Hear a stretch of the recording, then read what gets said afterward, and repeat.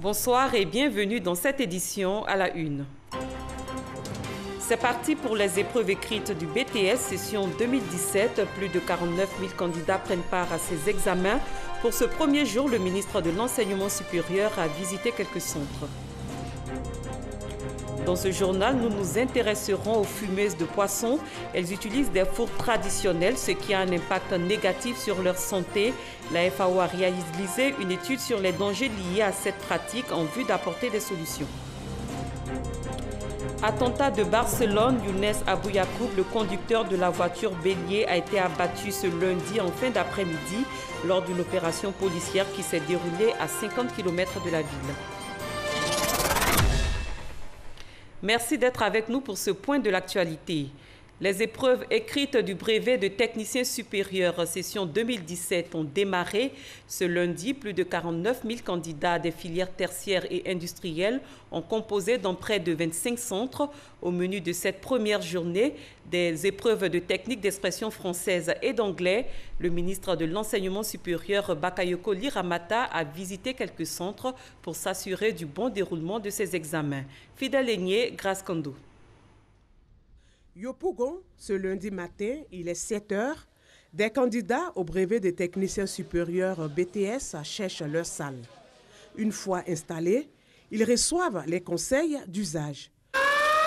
7h45, c'est enfin l'heure pour les 500 candidats en quête du BTS dans ce centre de découvrir le contenu de leur toute première épreuve, la technique d'expression. Des candidats déterminés à réussir cet examen. C'est un thème qui est d'actualité. Ça parle de l'immigration. Donc, je pense que ça va aller. Vu le thème, c'est un thème qu'on rencontre souvent. C'est un thème d'actualité. Donc, je pense que c'est abordable. Pour s'enquérir du bon déroulement des examens, la ministre de l'Enseignement supérieur et de la Recherche scientifique a visité quelques centres. Je suis particulièrement heureuse du bon déroulement de cet examen. La discipline des étudiants, et puis aussi l'engagement des enseignants et du personnel pour la réussite de l'examen. Et je voudrais aussi relever les innovations qui ont été apportées depuis l'édition 2016 et que nous avons vraiment améliorées. Il s'agit donc de l'anonymat avec les codes barres, donc il n'y a pas de nom inscrit. Donc même si on oubliait de coller, il n'y a pas de nom inscrit, on ne colle pas, donc il n'y a pas d'erreur. Et nous avons aussi l'identification biométrique qui permet de faire composer que les étudiants véritablement inscrits. Pour le BTS session 2017, ils sont plus de 49 000 candidats des filières industrielles et tertiaires qui composent dans 25 centres. Les responsables du centre estiment que tout se passe bien. Les épreuves ont été lancées, tous les contrôles, tout ce qui devait être fait pour que les épreuves aient lieu aujourd'hui est déjà en place. Il n'y a pas d'absence pour le moment observé. Les surveillants sont au nombre et ils sont déjà dans les salles avec les candidats. Débuté ce lundi, les épreuves écrites du BTS prendront fin le 26 août et les résultats sont attendus pour le 18 septembre prochain. Les épreuves écrites du BTS ont également été lancées aujourd'hui à Daloa. Comment se sont déroulés ces examens? Quelle était l'atmosphère dans les différents centres? Notre correspondant Ngana Konaté répond à ces interrogations. 694 candidats répartis dans 2 centres d'examen ont entamé ce lundi les épreuves écrites du BTS à Daloa. Le lancement officiel des épreuves a été fait au CBCG où le président du centre Diara Ali n'a pas manqué de rappeler aux candidats les consignes données par le ministère de l'Enseignement supérieur et de la Recherche scientifique. On vous souhaite bonne chance, évitez la tricherie. Il est formellement interdit d'envoyer vos téléphones sur le centre d'examen. Au groupe Micromédia, 2e centre de composition, 403 candidats composent dans 3 différentes filières. Les candidats apprécient les sujets. Et ce matin, nous sommes en face des sujets de français. Je vais dire techniques d'expression en français. Et nous sommes en face d'un sujet qui parle de l'immigration. Effectivement, c'est un sujet qui est bienvenu parce que ce sujet est un sujet récurrent. Et c'est ce que nous vivons, c'est ce qui frappe actuellement la jeunesse. On trouve que le sujet est d'actualité, qui parle de l'immigration. L'immigration clandestine, le contrôle, est-ce qu'il est effectif ou est-ce que c'est un mythe? Je trouve que c'est un sujet qui est vraiment d'actualité et c'est un mal qui mine l'Afrique, la Côte d'Ivoire en particulier et tout le monde entier. Donc je pense que c'est un sujet que tout le monde peut s'en sortir, c'est pas vraiment compliqué. Les épreuves écrites prendront fin vendredi prochain et les candidats seront situés sur leur sort le 18 septembre selon le calendrier de la Direction de l'orientation et des examens. Elle ne participe pas au BTS, mais s'adonne à toute autre activité, le fumage de poissons. Les fumeuses utilisent des fours traditionnels, si bien qu'elles sont exposées à de nombreuses maladies.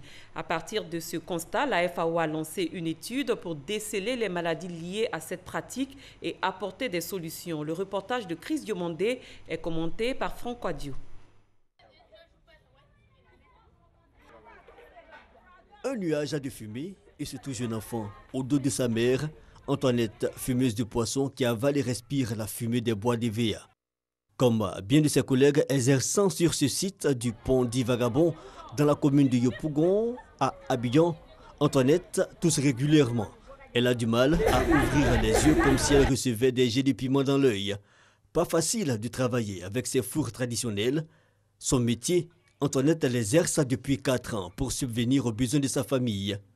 Comme elle, nombreuses sont ces femmes fumeuses de poissons à Abidjan et à l'intérieur du pays qui, au mépris de leur santé, travaillent dans des conditions pénibles et sont souvent exposées aux maladies. On est là, ça ne mange pas, on est dans la fumée, les enfants. L'enfant me tombe malade. Papa, on est là, c'est debout dedans.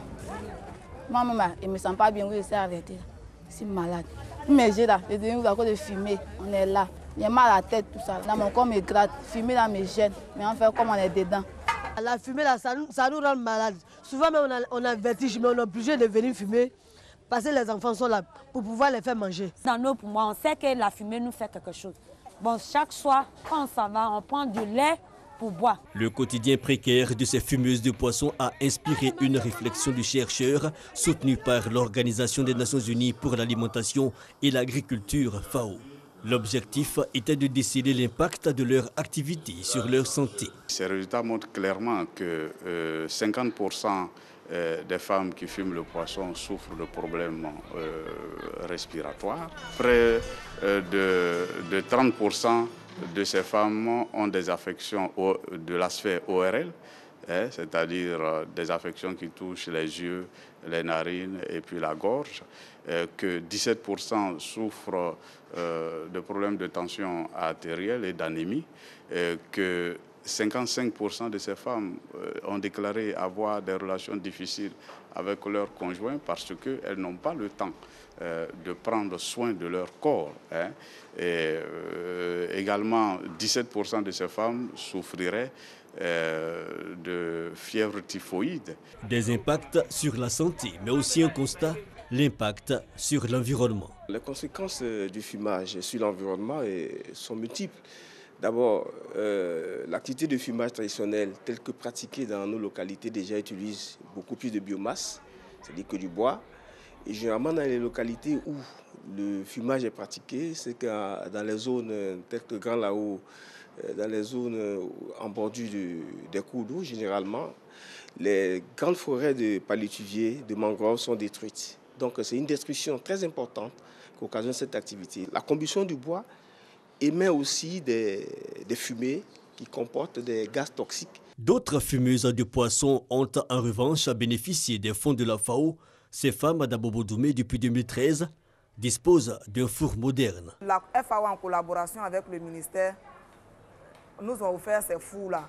Non seulement d'abord pour réduire la pénibilité du travail, ensuite pour réduire aussi les pertes après capture. Parce qu'on s'est rendu compte que les fours traditionnels ne pouvaient pas contenir une grande quantité de poissons.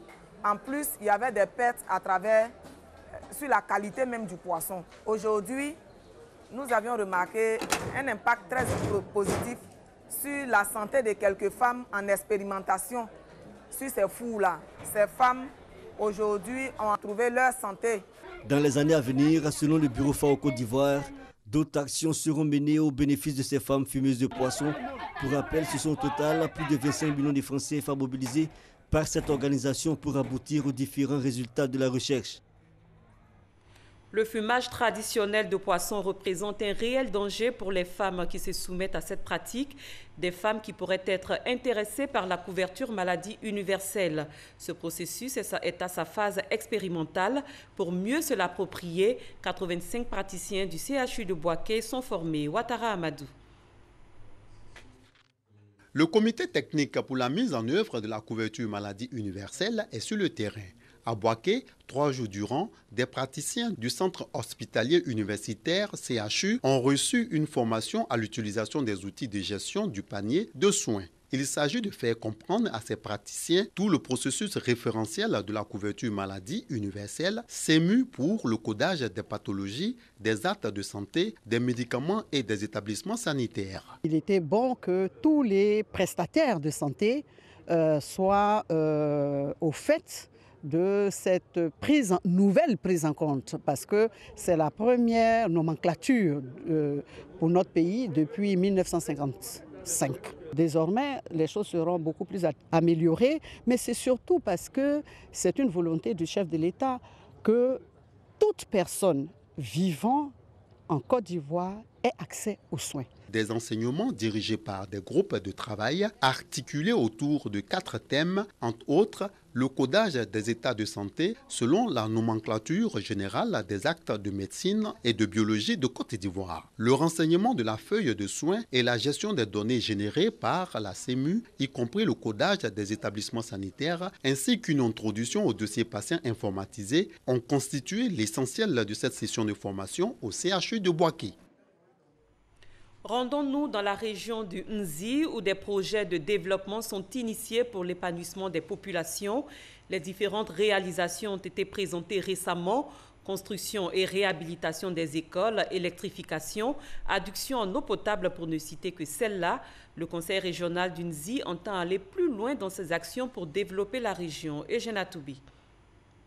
Au quartier Belleville à Dimbokro, un ensemble de bâtiments en cours d'achèvement. C'est la future caserne que le conseil régional du Nzi a fait construire pour l'ONPC, Office national de la protection civile. Un projet apprécié des populations comme nombreux autres du reste, entièrement achevé ou en cours d'exécution. La réponse aux besoins et aspirations des populations. À la dernière session du conseil régional, le président Guessan Kofi Bernard a présenté aux populations les acquis et surtout l'état des finances de la structure décentralisée et tout ce qu'il y a à faire dans cette région en termes de progrès et de développement. Le tout soutenu par un budget de 3 milliards 453 millions de francs CFA, dont 2 milliards 645 millions de francs CFA consacrés à l'investissement. Nous sommes une région d'Imoko, Bokanda, Kwaskwasiko. La population elle-même continue de voir les actes et les actions que nous posons. Mais on ne peut pas tout faire en même temps, malheureusement. Je demande à la population d'être indulgente. Vu la minceur de ce budget et face à l'énormité des besoins, les projets ont été exécutés par priorité. Ainsi, le conseil régional du Nzi a réhabilité la salle des professeurs du lycée moderne de Dimbokro, construit une cantine scolaire à Bengassou, doté les villages de Boré et Yangokro en ouvrage de desserte en eau potable, quand Bendek Kwasiko recevait un centre de santé. Des villages aujourd'hui que l'on peut facilement rallier à partir des chefs-lieux du département que sont Bokanda, Kwasiko et Dimbokro même, des localités qui composent la région du Nzi. Le désenclavement des localités, un grand défi que veut réussir le conseil régional du Nzi. La tribu Bungé, dans le département de Bouaké, bénéficie également de plusieurs infrastructures socio-économiques. Ces actions sont à l'actif de la mutuelle de développement Eblessou en collaboration avec le gouvernement et des partenaires extérieurs. Cet exemple de développement participatif est salué par les populations. Amadou Ouattara. Centre de santé construit à Yapokwa-Koukro, Sézessou, en 2016. Son coût, 28 millions de francs CFA. Un partenariat de l'ambassade de Suisse avec une participation de 35% de la mutuelle Eblassou.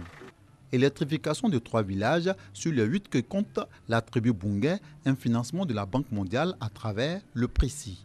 École de 6 salles de classe à Djetonkro en 2015. Coût 30 millions de francs CFA. Une action de l'ambassade de Suisse impliquant un apport de 30% de la mutuelle. Des infrastructures socio-éducatives qui favorisent le développement de la tribu Bungé. C'est dans le canton Gossan, commune de Boaké. Conscient que l'État ne peut pas tout faire, des cadres ont pris l'initiative d'inciter les filles et fils des villages que compte leur tribu en se réunissant au sein d'une mutuelle dénommée Eblassou. Des résultats visibles et concrets. L'école coloniale de Djetonkro a fait place à un établissement scolaire qui épouse l'ère du temps. Les domiciles traditionnels sont remplacés en majorité par des maisons modernes. C'est donc pour nous une manière de réunir tous les fils et filles de la région, la tribu, pour que nous apportons notre contribution à l'État dans sa quête d'apporter toujours un mieux-être à nos populations rurales. Satisfait pour les populations, mais qui ne manquent pas d'exprimer d'autres besoins pour leur mieux-être. On a besoin d'une usine d'anacarde pour que la jeunesse reste davantage au village. Notre souhait le plus ardent au niveau du développement, un château pour le village et le collège de proximité. Pour réussir ces futurs challenges, le renforcement de la cohésion sociale, l'épanouissement de la jeunesse a par ailleurs invité à se départir du phénomène de l'exode rural et de l'immigration clandestine ont été entre autres des souhaits rendus publics. C'était lors de la célébration du développement à travers une journée socio-éducative et sportive initiée par la mutuelle Eblassou à Djetonkro. Le parrain de ces journées promet de convaincre les cadres hésitants à revenir au village. Avant même de faire appel à d'autres personnes, on a estimé qu'il fallait commencer par nous-mêmes. Mon souhait à moi, c'est que l'électricité soit dans tous les villages. La tribu Bungé totalise plus de 50 000 habitants. La mutuelle de développement, créée en 2011, compte environ 400 membres. Elle envisage de maintenir le cap pour l'émergence de cette tribu. En économie, le séminaire sur le plan stratégique de développement du Trésor de la comptabilité publique, en abrégé PSD, a pris fin récemment à Yamoussoukro. Plusieurs recommandations ont été faites. La Direction générale du Trésor et de la comptabilité publique compte mettre les bouchées doubles pour atteindre les objectifs du PSD. Nous restons avec Amadou Ouattara pour le compte-rendu. Après 2 jours de travaux, 43 recommandations ont été retenues. Ces recommandations sont réparties dans 4 axes stratégiques. Mener les activités de recherche de financement additionnel du PSD sous la supervision de la Direction générale. Vulgariser la procédure de numérisation des documents dans l'ensemble des services. Au titre de l'axe stratégique numéro 3, intitulé « Améliorer la transparence et la gouvernance », 7 recommandations ont été adoptées. Produire un tableau de bord de l'observance des valeurs éthiques et des principes déontologiques. Sensible aux présentes recommandations, le directeur général du Trésor et de la comptabilité publique s'est félicité des avancées enregistrées par le plan stratégique de développement. Assaoré Konajak a aussi promis de tout mettre en œuvre pour réussir le PSD. Chers collaborateurs, vos efforts conjugués nous ont en effet permis d'enregistrer des performances notables au titre desquelles je voudrais citer l'ouverture de 5 agences de l'ACCD et de guichets pour la mobilisation des bons et obligations du Trésor. Je me réjouis par conséquent de la pertinence des recommandations qui ont été lues. Pour ma part, je voudrais vous assurer l'appui de la Direction générale dans le suivi des dites recommandations et notre engagement à rechercher les ressources additionnelles ou budgétaires pour vous permettre d'atteindre vos objectifs. Rassurés, les participants au séminaire repartent satisfaits. Le plan stratégique de développement PSD est composé de 17 projets d'action. Ce plan va durer 4 années et à terme vise la performance des services du Trésor et de la comptabilité publique. Au chapitre politique, le Royaume baoulé rend hommage au président de la République, Alassane Ouattara. Environ 200 têtes couronnées se sont retrouvées pour saluer les actions de développement du chef de l'État. C'est la ville de Sakassou qui a abrité cette cérémonie hommage. Nous poursuivons avec Ouattara Amadou. Sakassou, au cœur du royaume baoulé, rassemblement des grands jours. Pour la paix retrouvée et la quiétude en Côte d'Ivoire, ainsi que pour toutes les actions de développement enregistrées depuis 2011, le peuple baoulé a bien voulu s'arrêter un instant afin de rendre un vibrant hommage au président de la République, Alassane Ouattara. gratitude, mais également des doléances pour exprimer la pensée des populations. À travers ce grand rassemblement, le peuple baoulé réaffirme donc sa volonté de paix et entend célébrer et magnifier cette vertu fondatrice de la Côte d'Ivoire. Qu'il vous plaise donc, Monsieur le ministre d'État, de traduire à notre président de la République, son Excellence Alassane Ouattara, notre infinie gratitude pour sa vision de paix et de développement. Le rythmage de l'axe Tébissou-Sakassou-Dahomey sera pour nous un précieux indicateur de l'impact de l'émergence de la Côte d'Ivoire sur la région et le royaume baoulé. Awandoli Théophile, représentant du parrain, le Premier ministre Amadou Gon Coulibaly et Jarno Awoussou Kouadio, président de la dite rencontre, ont salué l'initiative de la royauté baoulé. Le grand peuple baoulé, peuple à la fidélité légendaire, traduit à son Excellence, Monsieur le Président de la République, dans la conduite des affaires de l'État et le bien de la Côte d'Ivoire. Nous ne pouvons que nous joindre à vous pour la haute portée de cet acte et vous féliciter pour avoir pris l'initiative. Nous avons donc le devoir de trouver entre nous les mécanismes pour préserver notre union, particulièrement l'union et la cohésion des filles et fils du royaume baoulé autour de ces valeurs de dialogue et de fraternité, afin que dans la solidarité et la cohésion, nous nous mobilisons autour du président de la République, son Excellence Alassane Ouattara. Danse du riche patrimoine culturel baoulé, remise de présents ont ponctué cette cérémonie d'hommage et de remerciement au président de la République. Ce sont plus de 200 chefs traditionnels venus de 39 cantons baoulés qui ont pris part à cette fête de la paix et du développement à Sakassou.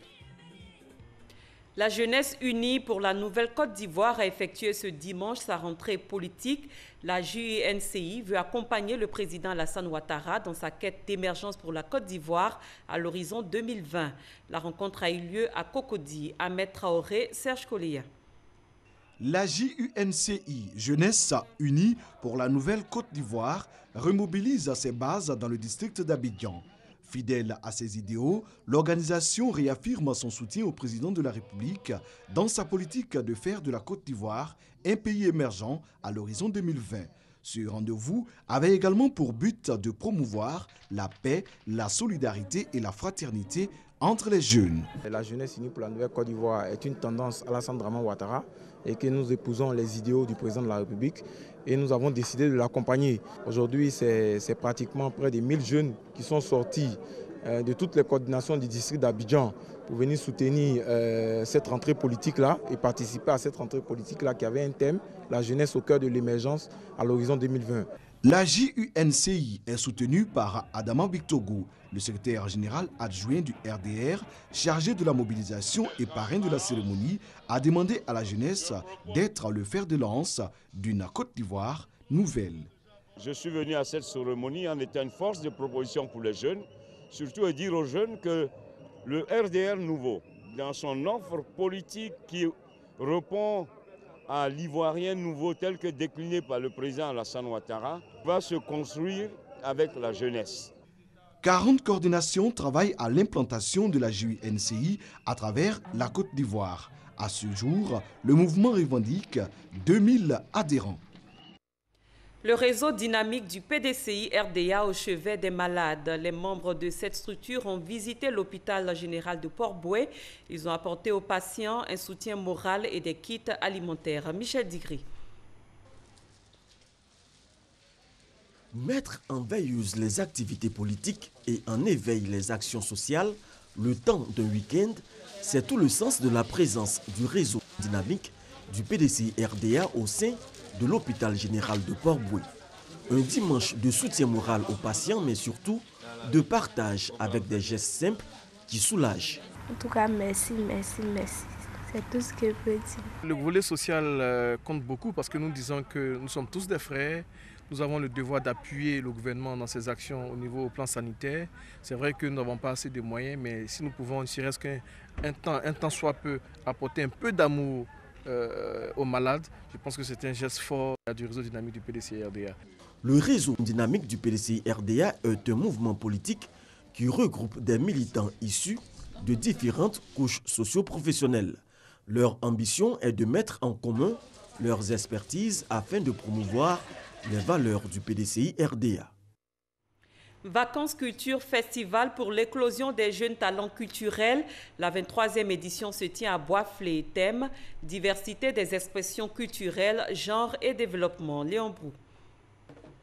Danse au rythme du tambour parleur de Diakou Sud, localité dans le département de Boisflé, prestation d'artistes du terroir gourou et d'humoristes. Nous sommes à l'ouverture de la 23e édition du Festival national Vacances Culture, 5 jours du 16 au 20 août, pour sainement occuper plus de 1000 jeunes venus des 32 régions du pays. 5 jours aussi pour ces festivaliers de faire montre de leur talent dans les arts littéraires, visuels, des domaines où Boisflé regorge de talents dont il convient de s'imprégner selon le ministre de la Culture. Nous avons voulu que nos jeunes viennent à l'école de ce savoir-faire, afin qu'instruits et inspirés de ces valeurs et puissent produire des arts à la beauté et aux dimensions de celles qui sont créées par le peuple de Boisflé.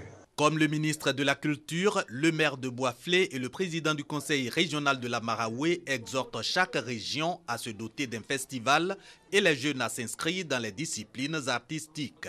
Objectif: culture de la paix et développement, des idéaux partagés par le parrain de la 23e édition du Festival national Vacances Culture, Charles Kofidibi. Ce festival consolide les relations entre vous, renforce l'unité nationale et participe à la promotion de nos valeurs culturelles.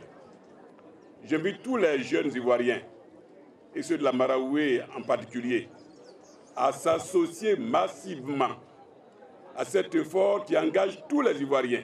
Au menu du Festival national Vacances Culture, le théâtre, la danse, le conte, la photographie, la sculpture, la poésie, bref, 14 disciplines auxquelles va s'ajouter l'humour dès l'année prochaine. Nous continuons en culture avec une dédicace, celle de l'ouvrage intitulé « La médiation comme solution aux conflits ruraux en Côte d'Ivoire ». L'auteur Jean-Claude Sombo se propose d'apporter une solution à cette question. Chris Diomondé, Francoadio.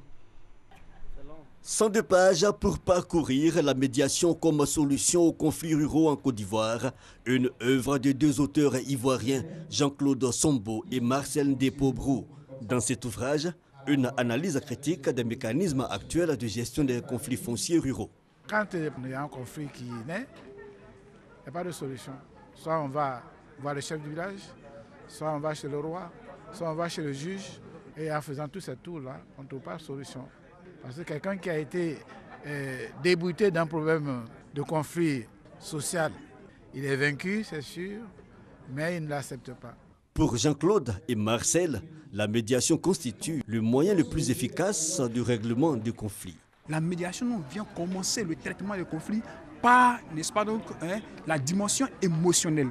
Et c'est cette dimension-là qui permet aux parties de ressortir du processus en étant satisfaits. En médiation, on vient adversaire, mais on n'est pas partenaire. Et on n'est pas partenaire grâce notamment à la technique d'écoute bienveillante, la technique de la communication non violente et aussi donc l'implication des parties dans la recherche de solutions. La question était pertinente. Vous savez que les problèmes dans le foncier rural sont pratiquement inextricables. On sait que le gros problème en matière de foncier rural, c'est l'applicabilité des décisions de justice quand elles sont prises. C'est en cette étape-là que la médiation peut trouver sa voie. Jean-Claude Sombo et Marcel Depobrou, respectivement avocats et doctorants en droit public, sont des médiateurs professionnels. Leur résultat de recherche dans cette œuvre vient contribuer à la restauration de la cohésion sociale et la paix en Côte d'Ivoire. Sous d'autres cieux, pour la première fois depuis plus de 3 mois, le président Muhammadu Buhari s'est adressé à ses compatriotes depuis le Nigeria. Dans un discours à la nation retransmis par la télévision nationale, le chef de l'État a remercié les Nigérians pour leurs prières, appelé à l'unité et a réaffirmé sa volonté de lutter contre le terrorisme. Il n'a cependant pas dit un mot sur son état de santé. Toutes les polices du continent étaient à sa recherche. Younes Abou Yacoub, 22 ans, a été abattu en fin d'après-midi par la police catalane à Subirat, à 50 km à l'ouest de la capitale de Catalogne. Il a été identifié comme le chauffeur de la fourgonnette blanche qui a semé la terreur sur l'allée centrale des Ramblas à Barcelone. Il portait ce qui semblait être une ceinture d'explosifs. C'est le deuxième accident du genre en 2 mois et il soulève toujours autant de questions. Ce lundi matin, un destroyer américain, l'USS John S. McCain, est entré en collision avec un pétrolier au large de Singapour. 10 marins américains sont portés disparus. Herman Guivet. Collision ce lundi entre le destroyer américain, l'USS John McCain, et un pétrolier au large de Singapour. C'est la deuxième fois en 2 mois qu'un navire de guerre américain est touché par un accident de ce genre. Le 17 juin dernier, 7 marins avaient péri dans un accident entre le destroyer Fitzgerald et un porte-conteneurs battant pavillon philippin au large de la ville japonaise de Yokosuka. Pour cet énième accident, 10 marins américains sont portés disparus et 5 autres ont été blessés au cours de la collision. Une importante opération de secours, mobilisant des vaisseaux et des avions, a été lancée pour tenter de retrouver les disparus. La collision avec le pétrolier s'est produite alors que le destroyer John McCain faisait route vers le port de Singapour pour une halte de routine. Pour la marine américaine, la US Navy, des dégâts significatifs à la coque ont provoqué l'inondation des compartiments voisins. Les efforts de l'équipage ont toutefois permis d'arrêter l'inondation. Le navire de guerre américain USS John McCain revenait de mission en mer de Chine. Le pétrolier, lui, battant pavillon du Libéria, transportait à son bord près de 30 000 tonnes de fioul. Fin de cette édition. Merci de l'avoir suivi. Très bonne fin de soirée. À demain.